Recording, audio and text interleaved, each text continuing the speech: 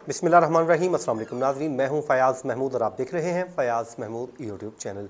नाज़रीन, जब से ज़हरा काज़मी अपने घर गई हैं उसके बाद से आप ये कह लीजिए कि जो खुशखबरियों का सिलसिला है वो जारी है। कभी तो चाइल्ड प्रोटेक्शन ब्यूरो की जो टीम है वो मेहदी काज़मी साहब को थम्स अप कहती है, वेल डन कहती है, तो कभी बच्ची के मुतमईन होने से मुतल्लिक बताया जाता है कि वो वहाँ पर अपने घर में बहुत ज़्यादा मुतमईन है और खुश ज़िंदगी गुजार रही है, यानी कि वो उनकी खुशियाँ लौट आई हैं। तो कभी ज़हरा काज़मी की वालदा कहती हैं कि उनको ईद का समा लगता है, जैसे उनकी बेटी वापस क्या आई, ईद वापस आ गई, हम जिंदा जिंदा सा खुद को फील करते हैं। तो अब आप ये कह लीजिए कि आज अदालत से एक और खुशखबरी आ गई है। वो क्या खुशखबरी आई है, आज इसी पे हम बात करेंगे।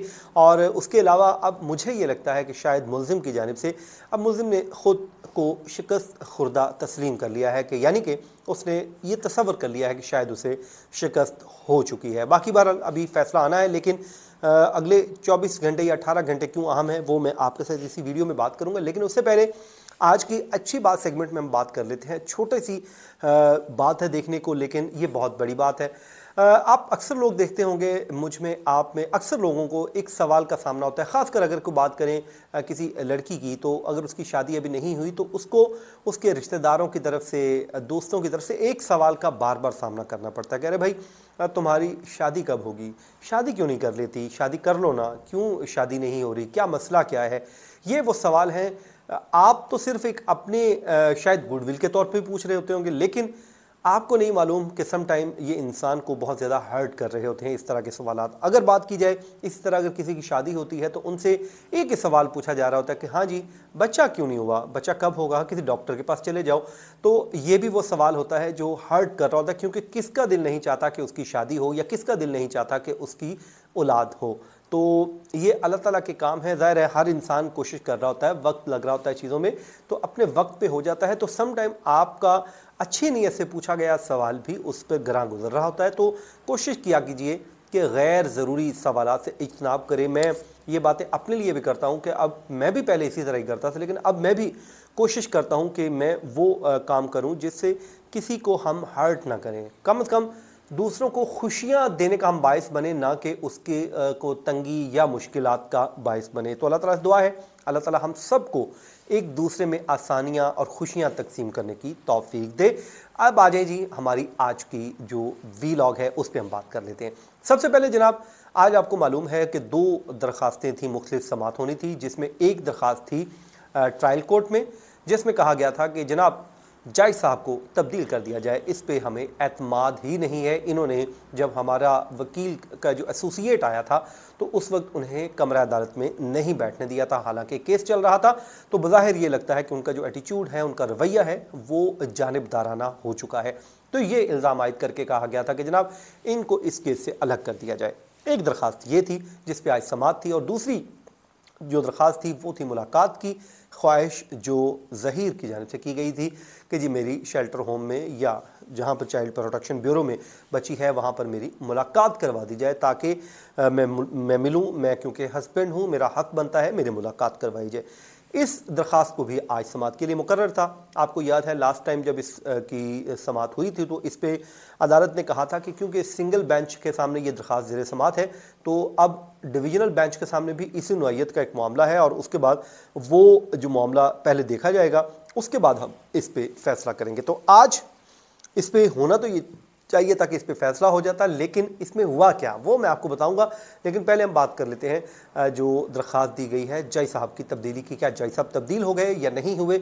जनाब इसमें भी आज कोई कार्रवाई नहीं हुई। उसमें हुआ क्या है? हुआ ये है कि इसमें होना यह था कि आज आर्गूमेंट्स थे, एक्यूज साइड के आर्गूमेंट्स ऑलरेडी कंक्लूड हो चुके हैं, वो अपने आर्गूमेंट्स दे चुके हैं, जिसमें वो फुल अदालत पे अदम इत्मीनान या अदम एतमाद का इजहार कर चुके हैं। तो जिसके बाद जब आज समात हुई तो आज इस पे देने थे दलाइल उन्होंने जबरान नासर साहब ने, और उन्होंने अदालत को मुतमईन करना था कि आया कि ये दरख्वास्त क्यों डिसमिस कर दी जाए। लेकिन मालूमात ये मिली कि जो मुल्ज़िम के वकील हैं फ़ारूकी साहब वो मौजूद नहीं हैं, वो हाई कोर्ट में मसरूफ़ है, तो इसलिए अदालत से इस्तदा की गई कि इस दरख्वास्त को एडजर्न कर दिया जाए। जिसके बाद अदालत ने इस दरख्वास्त की ऊपर जो समात है उसको 19 जनवरी तक मुलतवी कर दिया है। अब 19 जनवरी को मेन ट्रायल भी है और साथ में ये भी है। तो ये एक दरख्वास्त तो आज की निमट गई, इसमें कोई कार्रवाई नहीं हुई, यानी कि जज साहब का जो फैसला है वो नहीं हो सका क्योंकि फारूकी साहब दस्तयाब नहीं थे। उसके बाद जनाब दूसरी समात थी। अब दूसरी समात में ये होना था कि मुलाकात की ख्वाहिश पूरी होनी थी या नहीं होनी, तो उसमें भी ये हुआ कि जनाब हुआ ये कि वकील साहब पेश नहीं हुए, जो अक्यूज़ हैं उनके वकील पेश नहीं हुए, बल्कि वहाँ पे भी एसोसिएट पेश हुए। उन्होंने बताया कि उनकी तबीयत नसाद है या कोई और काम है, जो भी है वो उन्होंने कहा कि वो दस्तयाब नहीं है। तो अदालत से इस्तदा की गई कि लंबी तारीख डाल दी जाए। भाई लंबी तारीख क्यों डाल दी जाए? क्यों? अब आपकी ख्वाहिश नहीं है मुलाकात की? आप मुलाकात तो आपको करनी चाहिए। जब आपकी ख्वाहिश है मुलाकात की तो फिर आप लंबी डेट क्यों मांग रहे हैं? तो भाई ये सिंपल सा रूल है। अब उन्हें पता चल चुका है कि इस दरख्वास्त में अब रहा कुछ नहीं।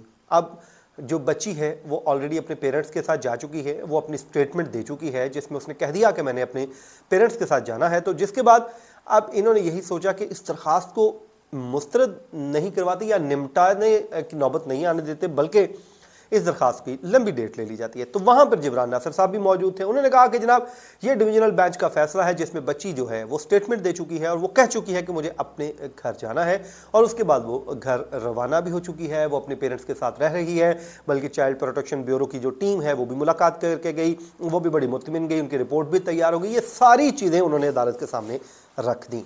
जब अदालत के सामने रखी तो इस पर अदालत ने ऑब्जर्वेशन दी। ऑब्जर्वेशन ये दी कि जनाब वैसे तो अब देखा जाए तो ये गैर मौसर हो चुकी है, लेकिन अगर अक्यूज साइड समझती है, जो दरख्वास्त गुज़र समझता है कि उन्होंने आर्गूमेंट देने हैं, तो आर्गूमेंट सुनने के बाद इस दरख्वास्त को निपटा देंगे। तो अब लंबी तारीख मांगना बज़ाहिर ये आप यूँ लगता है कि जैसे आपने तस्लीम कर लिया है कि अब वो बच्ची आपके हाथ से निकल चुकी है, वो अब नहीं आने वाली, और उसके बाद अब आपको पता है कि ये निपटा दी जाएगी, गैर मौसर हो चुकी है। तो इसलिए अब आपने इस बात को भी तस्लीम कर लिया है कि भाई यहाँ पे दाल गलने वाली नहीं है।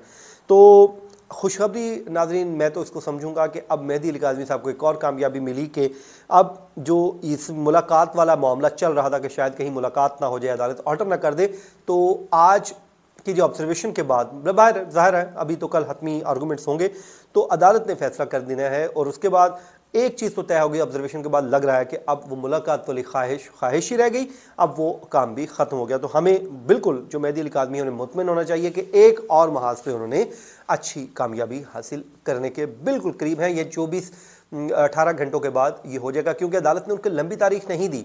हालांकि वो तो लंबी तारीख मांग रहे थे, हालांकि उन्हें तो चाहिए था कि कल की क्या आज की तारीख मांगते, भाई हमारी दरख्वास्त सुने, हमारी मुलाकात का ऑर्डर करें, लेकिन लंबी तारीख मांगी गई, जिस पे अदालत ने कहा कि नहीं, अदालत ने इस्तदा मुस्तरद की और कहा कि कल इस पे आर्गूमेंट होंगे और बात ख़त्म।